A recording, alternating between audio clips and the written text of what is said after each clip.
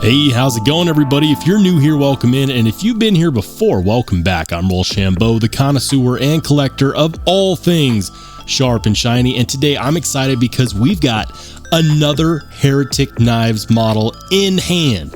Heretic Knives is a more recent American-made company coming out with some really cool stuff, especially if you like big, overbuilt knives that are made out of premium materials and pack a punch. This is the Heretic Knives Pariah. Now, full disclosure, they did lend this to me for review. So they reached out to me and they said, hey, we like your style. We want you to do some honest reviews for us. Give us some honest feedback and let people know what you think of our latest knives. So this is the latest iteration.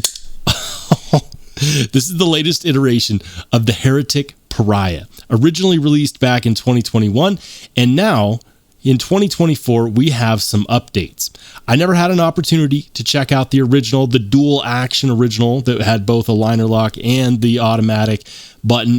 This one is an automatic. To my understanding, I believe they also make a manual version of this, but this is gorgeous. The first thing I'm noticing right away is this beautiful drop point harpoon style blade. That's really nice.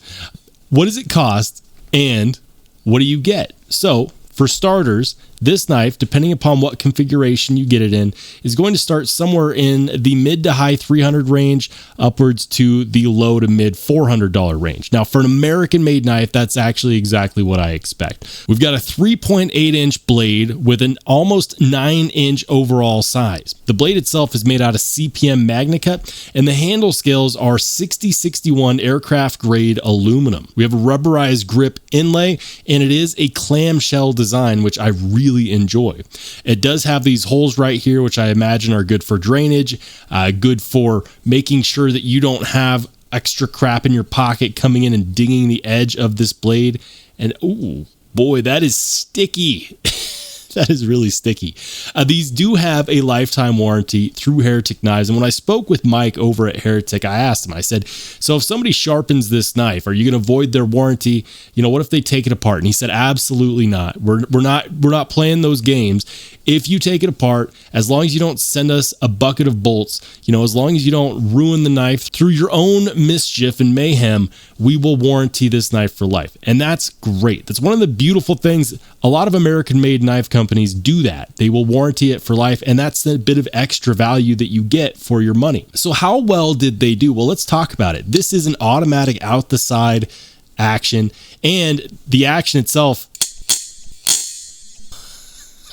that kicks like a horse. I'm telling you right now, do not hand this to somebody that does not know knives or does not handle knives or doesn't understand what a big beefy automatic folder can kick like, because this has a lot of weight behind that blade coming out, and it's got a lot of recoil. Now, I enjoy that. I like being able to feel that action, especially on an automatic. Many automatic knives are a bit lackluster and they become boring, and you end up thinking, well, you know what? I might as well just carry a manual folder anyways. That's not the case on this one. It's got a really heavy spring and it's got a lot of kick, and you hear it when it snaps open. I appreciate the fact that we have a nice thick edge bevel here. And when I say thick, I mean the width of the edge bevel, not necessarily the thickness behind the edge. That is very sticky. I feel like if I were to run my finger across this too much, I'd probably end up needing some band-aids. Now, we do have a T20 pivot and T8 body screw. The inside is not milled out, but that's okay. It doesn't need to be, because this is aircraft grade aluminum, which has a very high tensile strength to weight ratio. It's actually a much better strength to weight ratio than titanium, believe it or not. And it makes it great for a carry, because if this were a titanium handle, it would be a lot heavier. As it stands, being about a 9-inch knife, it's not going to be light regardless. It's coming in at about 5.6 ounces, which for a knife of this size feels good. If it was lighter than this, it would feel kind of weird. So I don't mind that at all. And so far, everything is passing our QC check. It's nicely centered. Lockout is firm. That is locked out like a bank vault. Perfect. Absolutely perfect. I don't have a whole lot of critique for this because it's nailing a lot of points that I look at on an automatic knife. Is the action good? Check. What about one-handed closing? Can you do a one-handed closing? Absolutely. You just saw me do it. For an American-made knife, I love when we have serial numbers, and this one is definitely serialized. We do have a little bit of billboarding here on the blade, but it's not egregious as far as billboarding is concerned. And you know what? If you're going to type stuff on my blade, I actually do appreciate that it's the serial number. Giving it a unique identifier is cool, especially for collectors and enthusiasts alike. And then, of course, we have that USA moniker as well as its birth date. That's the kind of billboarding that at the end of the day I can live with. Would I prefer that it was somewhere else, like maybe on the inside of the handle scales?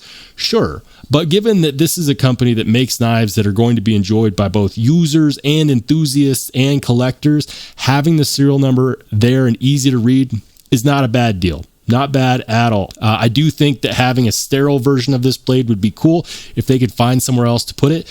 Maybe put the serial number here on the spine of the handle scales. That would be cool. Otherwise, this is a really good design. It's very aggressive, harpoon style blade with this really nice swedge up here near the tip. It's going to offer some cutting relief when you're moving through materials. What about indexing? Well, you know what? It has a balance point. The balance point is actually right there, right below the pivot, right there about the pivot. Yeah, that's the balance point. So indexing on here is not the same as what I'm used to. You can still index it just fine. And in a reverse grip, even better. It's very aggressive. If you're the type that carries a knife for self-defense purposes, this will definitely do the trick. Reverse grip is good. Ergos are really good. A lot of that has to do with the fact that we have a 3D milled pocket clip right there. I love these pocket clips that have the ball bearing. That's actually originally a Beg Knives design that have been adapted by other makers over time. It's great because it's not going to tear up the lip of your pants pocket going in and out of the pocket when you need to use it. A lot of other clips that are too stiff or don't use this mechanism, you'll notice over time you'll start to have worn out pockets, and then you need to replace your jeans, which is not that great. We do have a lanyard hole here. Now, typically when it comes to lanyard holes, I'm not a big fan because I don't use lanyards. If you do, that's totally cool.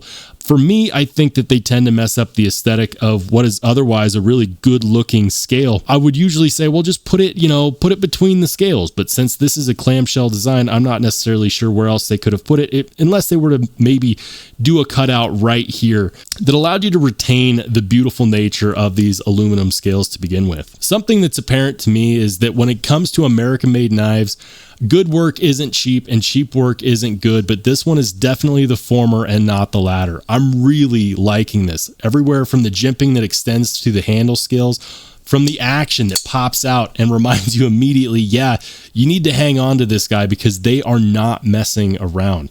I would, of course, like to see a single-sided pivot. I think that they look clean, but in this case, I'm not terribly mad at it because this style of pivot is actually very stylish and it has a nice aesthetic nature as well. I also wish that we knew what the target HRC was for MagnaCut, but I understand why they keep that proprietary. When you start handing out Rockwell hardness information, what happens is you'll make some people happy and some people mad, and you won't truly ever please the masses. But what I have been reassured of is that they do follow the proper heat treat protocols from Crucible Industry. So no matter what the target Rockwell is for Heretic, it is being heat treated properly, and that is good enough for me. It's a very good looking blade. It's a very aggressive blade, and it's not going to appeal to everybody, but I think that those who are watching this video right now already know whether or not they like the look of this knife. If you like strong overbuilt automatics, this will definitely do the trick, and I am planning on doing a more extended review of this knife once I've had the chance to have it in my possession for a little bit longer of time. If you want to be notified when the full review is released, make sure to hit that subscribe button if you're not already and turn on notifications.